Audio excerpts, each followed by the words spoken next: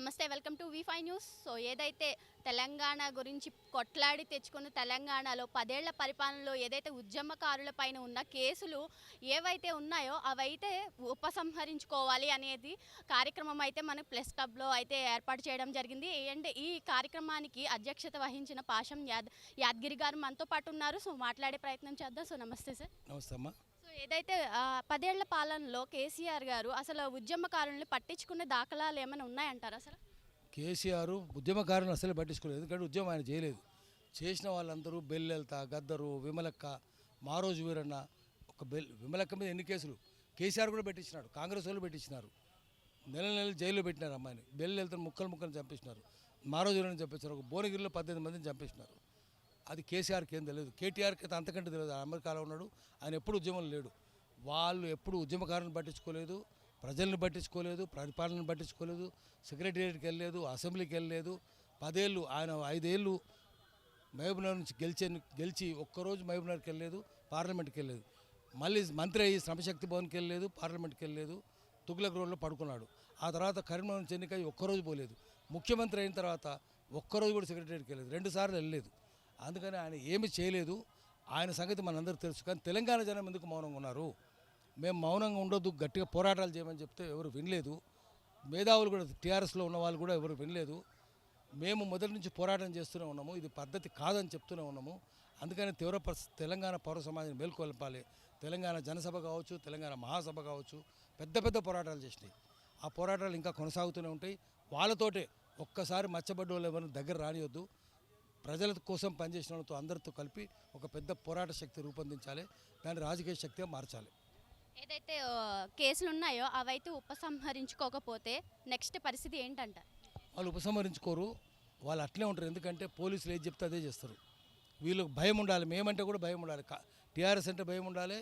ప్రభుత్వం ఏ పార్టీ అయినా సరే ప్రభుత్వం అంటే భయం ఉండాలి. యూనిఫామ్ వేసుకున్న వాళ్ళంటే భయం ఉండాలి.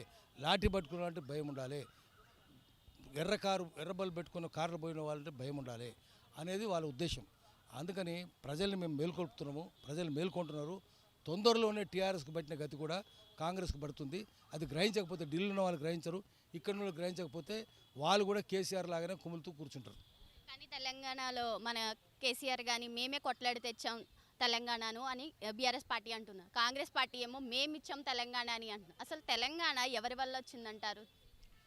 తెలంగాణ ప్రజలే. బెల్లెల్తా ఎవరు గుర్తు తెలుసా? వాళ్ళకు ఇద్దరికి తెలియదు. కాంగ్రెస్ వాళ్ళకి తెలియదు. రేవంత్ రెడ్డి ఎప్పుడు పోరాటం లేడు. కేసీఆర్ ఎప్పుడు పోరాటం లేడు. బెల్లెల్త ఎవరు చెప్పమనండి. బెల్లెల్తను ముందు పెట్టుకోవాలి. 18 ముక్కలైంది తెలుసా? వీళ్ళు ముక్కలైనారా? వీళ్ళు ఏ ముక్కలు తినుకుంటున్నారో తెలియదు. వీళ్ళు అదందరూ తెలిసిన చరిత్ర. వీళ్ళు చెప్పింది నమ్మదు. రాజకీయ పార్టీలు చెప్తే ఎవ్వరు నమ్మరు. రాజకీయ పార్టీలు చెప్తే నల్లమల్లో నక్కలు కూడా నవ్వుకుంటున్నాయి. వాళ్ళ మీద చర్చ కూడా పెట్టొద్దు. ఊసర వీళ్ళ కంటే భయంకరం వీళ్ళు. ఊసర వీళ్ళ కంటే ఎక్కువ శక్తి ఉన్న వాళ్ళు, రంగులు మార్చే శక్తి. అందుకని ఆ ఊసర వీళ్ళని నమ్మొద్దు, నక్కల్ని నమ్మొద్దు. సో ఏదైతే ఉద్యమకారులు అందరూ కలిసి ఒక పార్టీని పెడదాం పార్లమెంట్ ఎలక్షన్స్ తర్వాత అన్నారు. ఈ పార్టీకి మీరు అధ్యక్షత వహిస్తే బాగుండు అని మీ సీనియర్ జర్నలిస్టులు అందరూ అనుకుంటున్నారు. మీరేమంటారు? అది ఇప్పుడు కాదు. నేను నిర్ణయించము, వాళ్ళు నిర్ణయించరు. పార్టీ పెట్టినాక జిల్లా కమిటీలు ఏర్పడతాయి. ముందు ఒక అడ్హాక్ కమిటీ ఏర్పడుద్ది కన్వెన్షన్ పెట్టినాక. తర్వాత జిల్లా స్థాయి సభలు, మహాసభలు జరుగుతాయి. తర్వాత మహాసభ జరుగుతుంది. అది ప్రజాస్వామికంగా ఉంటుంది. ప్రజాస్వామికంగా ఉండాలి ఎన్నుకోవడం అనేది. పారదర్శకంగా కూడా ఉండాలి. ఉమ్మడి నిర్ణయాలు ఉండాలి. సమిష్టి నిర్ణయాలు ఉండాలి. సమిష్టి ఆచరణ ఉండాలి. అది పారదర్శకంగా ప్రజాతాంత్రికంగా ఉండాలి. అప్పుడు వాళ్ళు చేసేది నిర్ణయం అవుతుంది. అందుకని ఇక్కడ చెప్పేది 10 మంది కూర్చొని నిర్ణయించేది అది కాదు. నేను కాదు, యువకులు ఉండాలి. నాది వయసు అయిపోయింది. యువకులు ఉండాలి. యువకులు ముందుండి మేము కాలుస్తే వెనుక నుంచి గైడ్ చేస్తాం. కానీ వాళ్ళు ఉండి నడపాలి. తర్వాత ప్రతి నిర్ణయము సమిష్టిగానే ఉంటుంది. కాబట్టి ఒక వ్యక్తి చేతిలో ఉండదు. ఇప్పుడున్న పార్టీల పద్ధతిలో కాదు, పూర్తిగా భిన్నంగా ఉంటుంది.